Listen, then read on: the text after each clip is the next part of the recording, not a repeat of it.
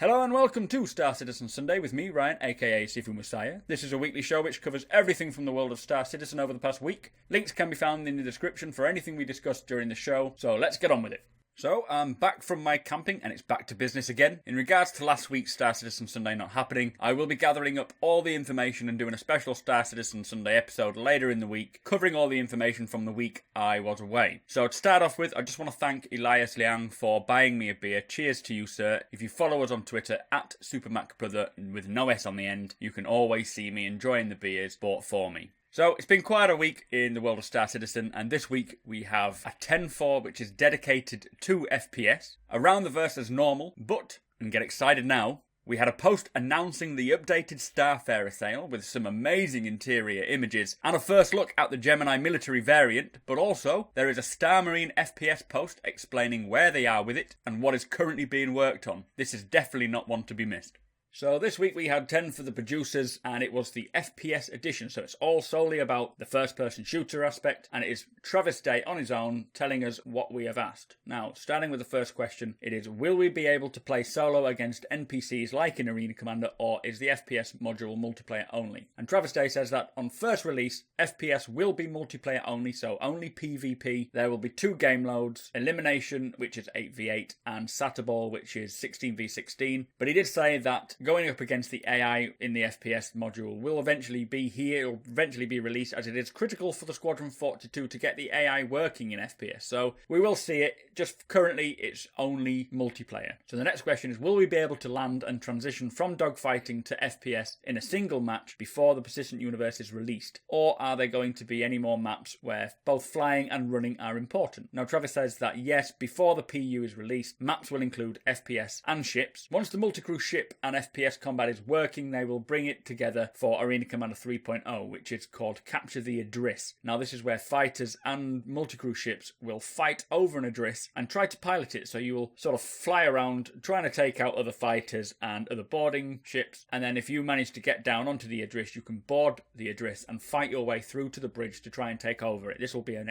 really exciting game mode. It is going to blow your mind. Anyway, this will happen before the Persistent Universe is ready. Again, Arena Commander is the whole testbed, even Star Marine, it's a whole testbed to make sure that everything works separately before they put it all together into the Persistent Universe. So, question after that is, how much will players be able to interact with their environment? Will we be able to use controlled explosions from grenades, or even fire extinguishers to propel players and NPCs in various directions? Perhaps even launch objects at oncoming enemies. Now, he says, yes, a lot of the environments are interactive. For example, the Gold Horizon, if you walk into the cafeteria and throw in an EMP grenade, you will see a pulse wave, all the lights will go out and shatter, and the hollow screens will start to stutter, and then the room will darken, allowing you to sneak in. Again, if you turn off gravity generators, you will have the whole of 0G throughout the system. You can slide into cover, you can vault over cover, and will only get more so as time goes on, because they are just constantly developing it. So things like, again, forced propulsion grenades will push players away from the centre of that explosion, which is very effective in 0G. And I think, looking at some of the videos we've seen of 0G gameplay, boxes and other items scattered around the environment will also be pushed away. So, next question, will we be able to change out armour and weapons on the FPS first release? And he says that the UEE and pirates will have a choice of light, medium or heavy armour. As we know, you can choose the pistol, the assault rifle, submachine gun, laser assault rifle,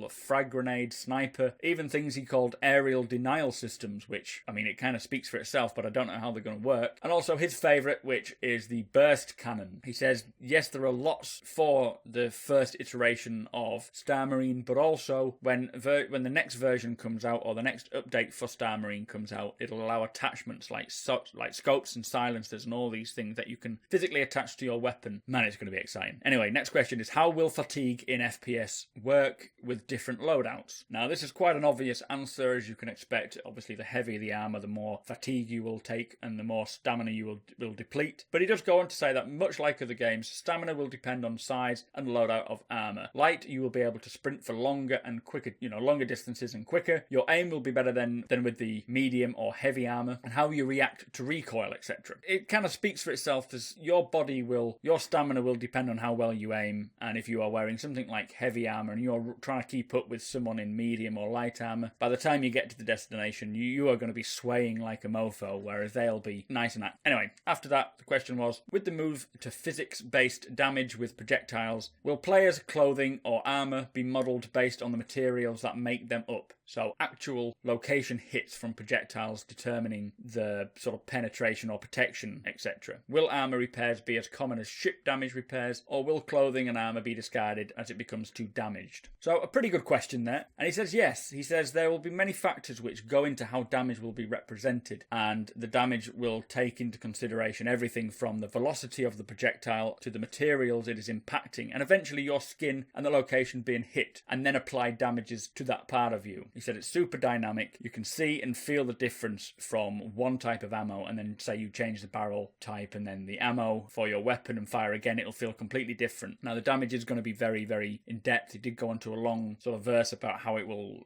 be exciting and really in depth, but a lot of it was technical jargon which made no sense to me, and even if I repeated it, it would make no sense to you. So next question is, what factors were taken into consideration when designing the arenas for FPS? With games like CSGO and COD, you get natural bottlenecks, and they say that will the design of Star Marine encourage more freeform and unexpected strategies from both sides? So Travis Day explains that choke points and focus points are all important parts in level design, and they happen naturally because you get a narrow corridor, it's going to be a focus point, it's going to be a choke point. They say they don't design maps to play on all game modes like in, say, Call of Duty, where each map you can play 10 to 20 different game modes on that one map. They say they're big on the idea to build the flow of the map for one game mode. So Gold Horizon, for example, there's about 3 to 4 different routes from the starting point. The next rooms then have verticality to them. There are open spaces, there are narrow corridors. A light marine, he says, can actually run to a good position before the heavy marine has even got out of his spawn, and they say it's very, very dynamic. So there will naturally be choke points in anything. In real life there's natural choke points. That's how you determine good positions. So it will be different to things like COD because there'll be verticality where you can use 0G and so forth. But it'll be interesting to see how it flows, and I'm sure over time, if they see YouTubers showing this gameplay, they'll see how, where things need to change, and they'll change it. So the next question is sort of a three-parter, so I'll say the first question and answer it and then go move on to the next one. Is there any variety in the character models, or are we all going to play as a stereotypical white guy? So the answer is no. It's going to be the stereotypical British guy, as that was the face that was scanned. So that is it for the first iteration. You're all the same person. Second question is, with version 1.2, will we see all the improved character animations make its way into the hangar module? And he says that yes, the FPS release will have all the new animations across all game modes. So when we get Star Marine, your hangar character will be the same animation. It won't just be what it is now. And thirdly, performance-wise, how demanding is Star Marine? Is it easier or harder than Arena Commander? Which is a good question, and I'm sure it's on our minds a lot. He did say it's a bit harder, but not by too much. He said it's very, very similar, as there's obviously more going on, but they will obviously be optimizing as they go on and trying to get it so it's more playable and figuring out new ways of making it better. So, question after that is, what is the strategy for handling the inevitable player population explosion with the FPS alpha release? Will the dynamic cloud infrastructure and team be ready? So he says that yes, the cloud system is to be used for the FPS module, so they really hope so. He says it'll either go gloriously or not at all. So this new cloud system they are bringing in, the infrastructure using the cloud, will either work or it won't. Fingers crossed it'll work and it'll be splendid. So the final question is there plans to release weapons developed by any of the alien races, or at least incorporating technology from alien races? Now he says that the first FPS drop, no, but absolutely in the future. Weapon manufacturers will be released over, sort of more over the time, just like we've seen with ship manufacturers. We'll see, more in-depth manufacturers of weapons. They just need to work out the law and the design, etc. But as we know, MISC use a lot of their Gian technology, so the chance, absolutely, he says we will see alien technology incorporated in human weapons. Anyway, that's 10 for the chairman. Give me your thoughts. So on to Around the Verse episode 43 with Sandy and Ben. They say the Hull sale is over. If you missed your chance to get one, it's tough. They're no longer for sale. If you picked one up, good on you. It seems like a really exciting ship, and I cannot wait to be a space trucker. I've even ordered my Star Citizen hat, which I suppose I will wear if I have to do any trucking missions. Anyway, they say they have reached $81 million, and as of today, being Saturday, they about $200,000 or $150,000 off of $82 million. So this is incredible. Also, Bug Smashers has gone solo now. There is no longer an aspect or a part in around the verse for Bug Smashers. It is a separate post. Again, I won't cover it, but I will put the link in the description if you love Bug Smashers. Check out the link and you can watch it from start to finish. So, news from around the verse, starting with Santa Monica CIG. They are working on the repair mechanic, which is very exciting. They say it'll have large repairs, small repairs, physical repairs, and even sort of data repairs. You can get inside compartments and some electronic repairs as well. They say it ties into the repair bot stretch goal, where you can either have automated repairs or you can personally do it yourself. And if it's anything like we've seen with the mining mechanic, it's going to be super duper. Anyway, they say they are looking at electronic warfare, where you can hack and shut down thrusters on other people's ships. You can't take control of their ship. It's not going to be like that. It's more going to be screwing with them and screwing with certain systems in the ship. Maybe if you are wanting to get close and board a ship, you can have an electronic warfare or a herald or whatever, hacking the scanners to shut them down or make them glitchy for, 10 seconds while your boarding crew get in there. They say you'll need to actively do and equip the right equipment, and you'll have to get good at this. It's not going to be something that, your stats will increase and you'll just be able to do it better. You have to actually physically learn how to do this. They also mentioned that the Reliant, which is the third starter ship we will see, it is a two-person starter ship, so it's got 2 seats. It uses Jan technology as it is MISC, and they say that we'll see a lot more of this Janness later on. They are wrapping up the final designs now, so it won't be long until we can, I would have thought, have a concept sale for the Reliant. So if you can't decide between the Aurora or the Mustangs, wait and see what the Reliant is. It's going to be about the same price as the other starter ship. So over to Alphonic in Texas. They say they are getting network issues sorted. Very important. They say lots of items can be knocked over, etc., which is causing a lot of network issues. They're doing some play testing for the FPS as well, and they will get the gameplay running smoother and to a standard that we expect. Now, moving over to Austin CIG. They are working on the FPS characters. We shall see a little more later on with the characters in the FPS. They also say they are polishing and using shipnet techniques to create these characters. So as I said, we will hear more about that later on. Now, on to Foundry 42. They have been looking at the tutorial and seeing some of the issues, and the main issues, they say, is that the strafing speed needs to be reduced, and this is something I have always thought. When you strafe in a ship, it is super fast, to the point that it just doesn't look realistic. If you're stood on a landing pad or looking at a friend in another ship and they're strafing, the acceleration is just literally 0 to 100. It just looks ridiculous. It needs to have a bit more of a curve, so they've reduced that speed. They also say that during the tutorial, people, quite rightly, I can understand, are flying into the doors before they've opened and smashing into walls and all sorts. They say that the other problems are people are struggling to figure out which ship they need to get into, as the guy just nods in a certain direction and then you walk down the stairs and there's about 2 or 3 ships where you think, well, which one is it? Also, the player looks at the ship after being notified, so you will see directly which ship it is. They say there's reminder hints whenever you maybe didn't catch something. Every 15 seconds they'll put up a reminder, and also they've re-recorded the barrel roll chat to say axis roll, which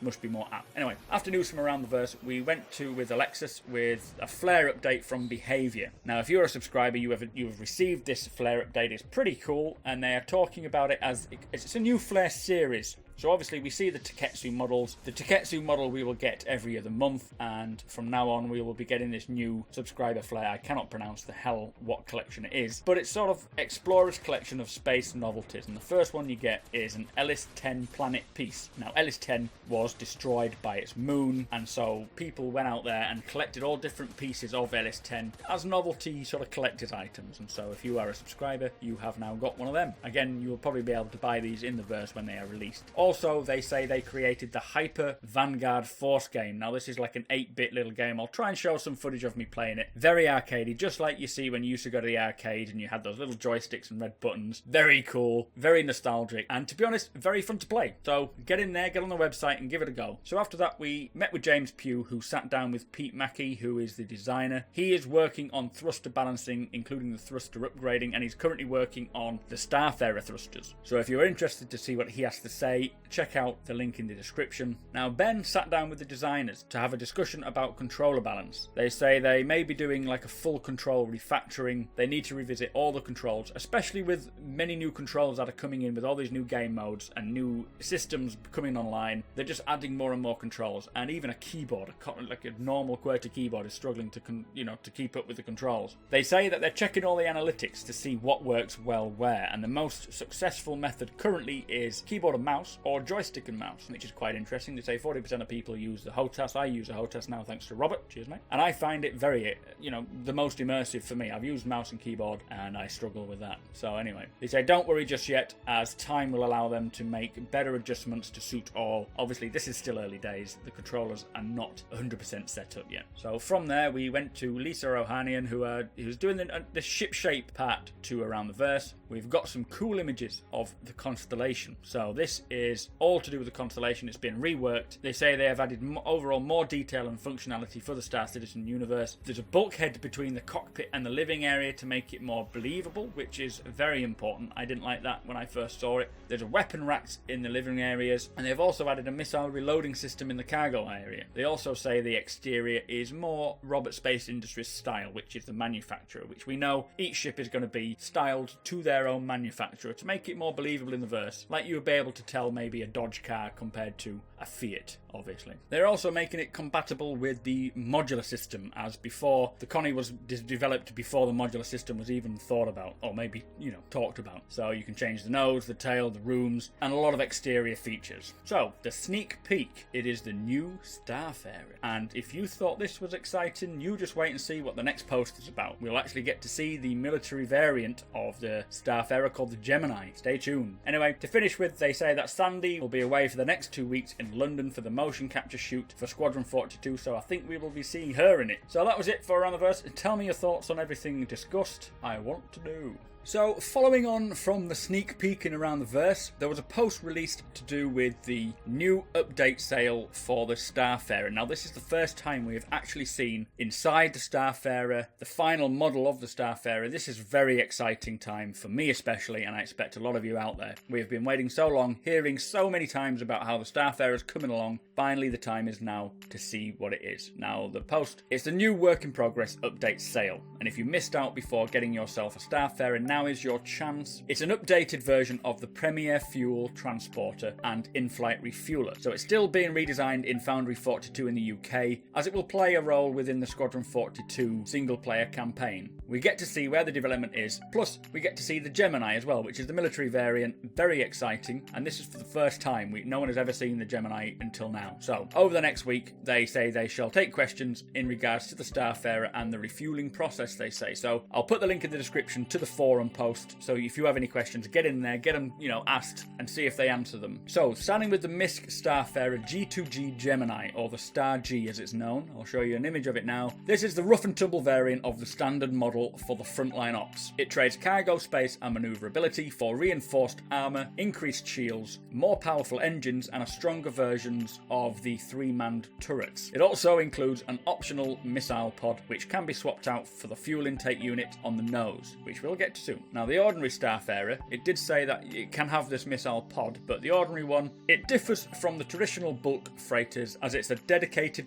fuel platform, designed not only to load, store and protect fuel stasis units, but it also takes spaceborne hydrogen and then refines it for use without needing to land. It can be used to transport bulk cargo pods, which we'll show some images of all these, but in some cases the fuel refining equipment would be useless. All equipment is modular and can be swapped out for dry missions, or it can be swapped out depending on what mission is at hand. So as I say, there's a link below for the Starfarer Q&A forum post where you can ask all your questions regarding the Starfarer, and we will get answers on the Monday, the Wednesday and the Friday, very much like they have done for the whole series, which I will be putting up later in the week. So we have 8 external images of the Starfarer. It says Foundry 42 have completed the external whiteboxing. This means the exterior is design complete, so this is how it will look. And then there are some awesome images of the internal development, and these are all concept work in progress, access of the bridge, the captain's quarters, and so on and so forth. So the stats are it's 90 meters long, it weighs 350,000 kilograms, it has a 7-person crew, which before, I'm pretty sure it only said 2. It has 3,321 standard crate cargo units. There are 3 TR4 primary thrusters, 14 TR3 maneuvering thrusters, a size 6 power plant, 2 size 5 unmanned turrets, 1 size 5 man turret, and 2 size 4 man turrets, plus 2 size 3 shields. So it's pretty much a beast, if you ask me. Now, it does say that all ships will be available in-game, so you don't need to pay now. You don't need to pay real money for any game, for any ship. All it does is they put these up there to help development, to get more money for development, and to grant you access to the ships, you know, if you bought it now once it's available. So people won't be getting the upper hand. It'll populate the verse a lot better than if we all started and only had enough for a Hornet, say. So the standard Starfarer is $195. Now, this only comes with 2 years insurance, as obviously this is the second time we've had the chance to buy this. The first sale of any ship has LTI, which is going to be cheaper than buying it when it comes out again, as this is the second time we've seen it, whereas the Gemini is $240, and that does come with lifetime insurance because it's the first time we've had this for sale. It also includes the poster and the model whenever they are available. So you can buy these ships up until Monday the 18th. So if you are really interested in one of these ships, pick one up now, because they're just going to get more expensive and you'll get less benefits from them. Again, the pictures show just how incredible this is going to be, and again, this post has just made me all excited and giddy. I was running up and down telling my girlfriend about it all, and she just looked at me blank. So obviously this week was a very, very exciting week. We had the Starfarer sale that we have just covered, but also they had the Star Marine FPS update. Now, this is not really to show off how cool Star Marine will be, it's more to show exactly what is being worked on now and why. So they went through sections, starting with the characters, and there's a little video and some images. I'll put them up while I talk about it, but they explain that the characters have had a major overhaul to increase the fidelity even further. So during the first character approach, when they created them, they noticed some opportunities for improvement, and they have found a new and exciting approach to allow citizens to express themselves with a customizable character system. Now, obviously in Squadron 42, we will be allowed to choose the gender and the look, but we can't choose equipment because that will be allocated to us for whatever particular mission we go on. Now, they go on to explain that the characters will be as detailed as the same quality of the ships. PBR characters allow an increased texture density while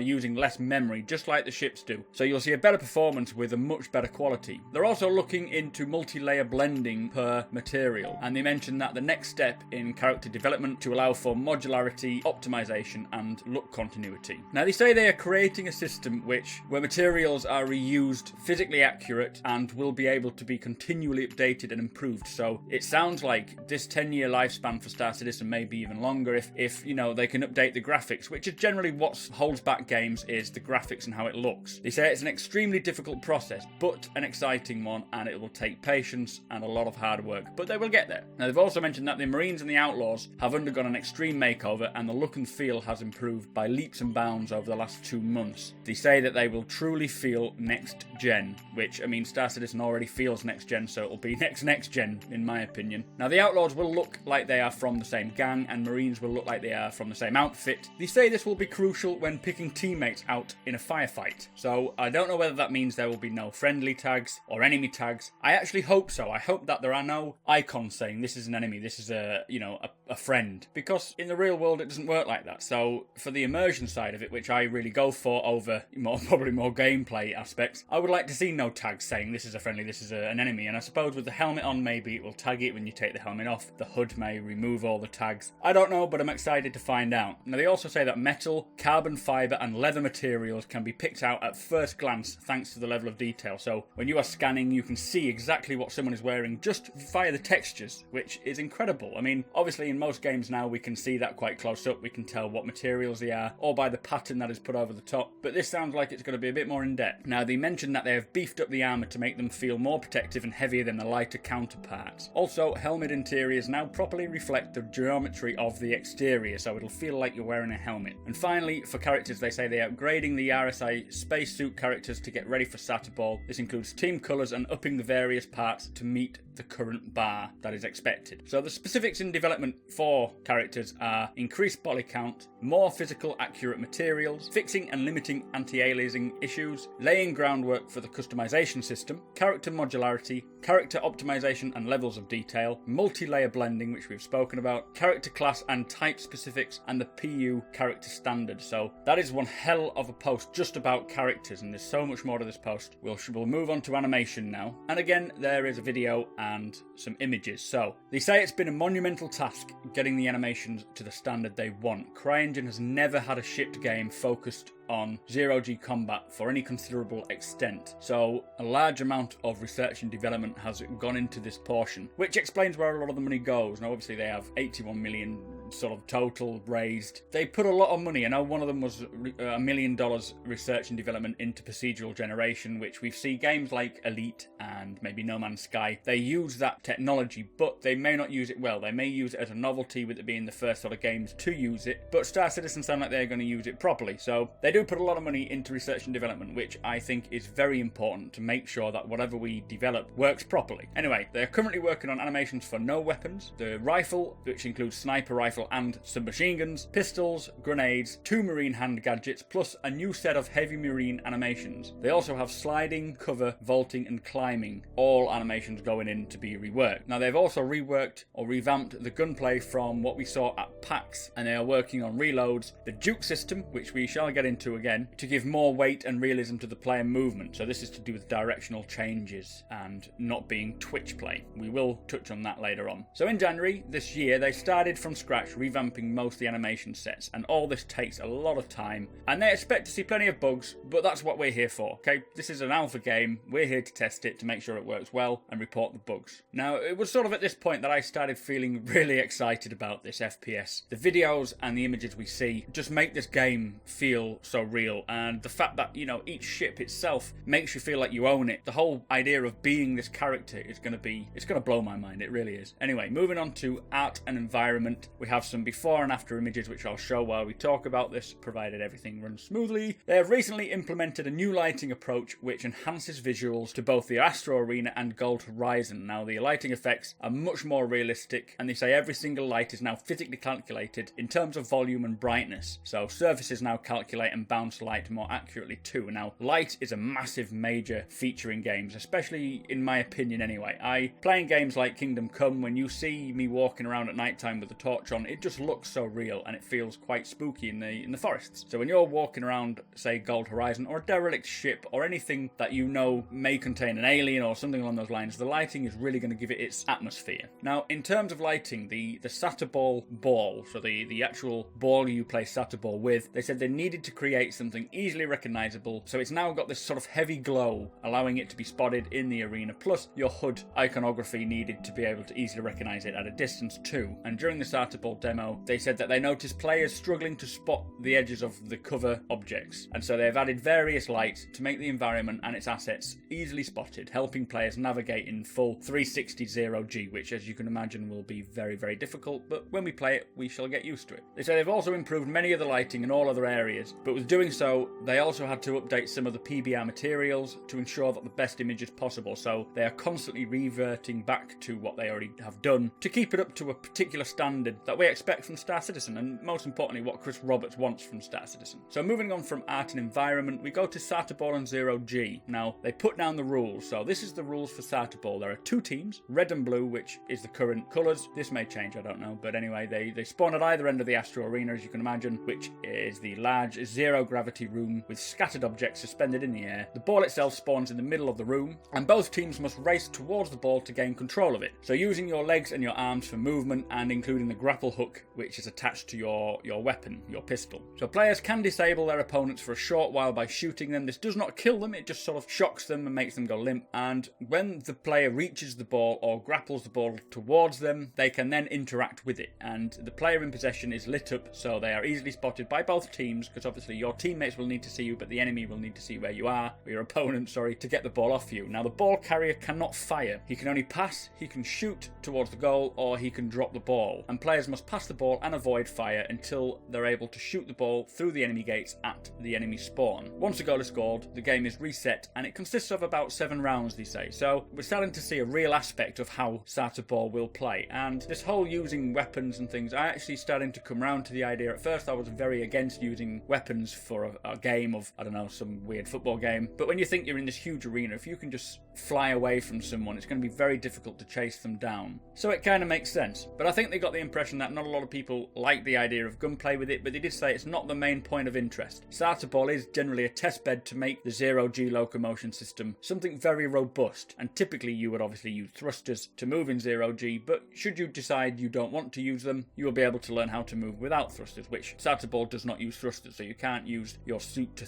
push you around. You have to use your arms and, I suppose, push off ledges and so forth. It'll be very difficult and very interesting, but we will get used to it and it'll be fun to play, and we may even see some rising stars in the world of starter ball. So this is obviously something that has not been done before, and they say it's very difficult. Firstly, the controls need to feel natural and accessible. Secondly, they want to simulate how physical and ragdolls play into the control system, and lastly, they need a robust set of full body look poses and animations. So the system they were using, or the system they have created to achieve the ragdoll and physical goal that they want, because it's a very difficult system using the ragdoll and physics and mixing them together, they've named it Aegis, and the system allows partially and full body transitions, and if colliding with objects, you will react realistically, and obviously if you get stunned by the gun, your character will momentarily go limp. So it's going to be, I suppose, frustrating until you get used to it, where you won't have control of your character, but it will make a lot of sense. You know, you often lose control if you trip over, so it does make sense. Now, as mentioned before, we talked about jukes. Now, this next article is about jukes and movement transitions. There's a little video about it, and as we probably know, in most FPS games, or first-person shooter games, should I say, you are able to turn on a dime, changing directions instantly, and, you know, your body weight has no effect. This will not be the case for Star Citizen. Now, they have mentioned that Star Citizen will have a slow-paced FPS compared to something like Battlefield or Call of Duty, which is very high-paced, very just running everywhere. They say not only did they want better-looking motion, but they wanted it to be more realistic transitions between motions. This will obviously encourage players to think more tactically about their movements and stay aware of their surroundings, which I think is incredible and will work very well. And they did say they are sorry that Star Citizen will not allow 180 no-scoping and strafe jumping. So from that, they moved on to matchmaking. To do with matchmaking, they say Star Marine will arrive with a completely new matchmaker, game instance manager, and party server. This is all known as the generic instance manager. This plus other back-end bits should result in a far smoother multiplayer experience. Queue times will be reduced dramatically, they say, and matchmaking will be able to take into account skill levels, player ships and armaments, prioritised map preferences, ping times, and much more. It will allow issues and problems to be dealt with far quicker as well, and the player count should rise significantly too, which it sounds like it's a big deal to them to get as many players involved in one instance as possible, and obviously to us, we really want this. So the new system will also have support for multi-crew and the full-blown chat system. So there is a lot of behind-the-scenes aspects that we don't know about, or we maybe not show any interest in, but it is very important. So to do with the technology, they say there's a major focus on performance, some of which will be noticeable in 1.1.2, which has been released. I am currently now transferring back from the PTU over to the official release to sort of see what, you know, differences in FPS and see if, you know, there's any glitching or stuttering or anything. They say there will be an obvious performance increase for most users, so that is excellent news. I know before I got this new PC, I was struggling like a bugger to try and get the whole thing running smoothly, so anyone who's not got the most up-to-date system out there will be very happy to hear that. Now, to do with audio, W-wise, as we know, they're transitioning from, I think it was F-mod to W-wise, and it'll allow for a much better audio quality. It has many tools which will help greatly, they say, and they can even realistically model spaces with convolution reverb. For example, cockpit areas will reflect the audio as if it's a real cockpit. So that was it for the FPS post, and there's a lot of information there and a lot of pictures, a lot of videos. This has really got me excited, and I so cannot wait for Star Marine. I cannot wait to get involved in just running around, shooting at people, and working together as a team to get the job done. Anyway, tell me your thoughts on everything I have discussed. I want to know what you guys think.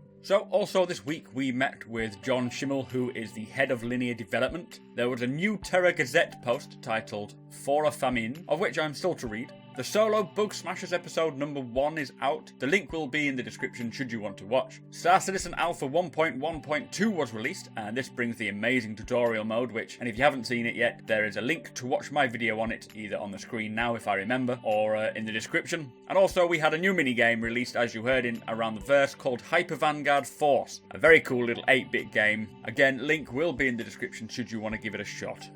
So yet again we have come to the end of the show. I just want to say a big thank you to all our subscribers and a massive thank you to all our patrons. You are truly helping our channel grow. If you are interested or able to help us out in way of a monthly donation from as little as $1 to any amount you deem fit, check out our Patreon page in the description. This really helps our channel to create more videos, better quality videos, and it allows us to get better hardware, better software, plus it allows us to spend more time on creating the videos. Don't forget to subscribe, comment if you have anything to say, show me the love by hitting the like button, and share it with all your friends and enemies. Thank you for watching, and I shall see you in next week's show.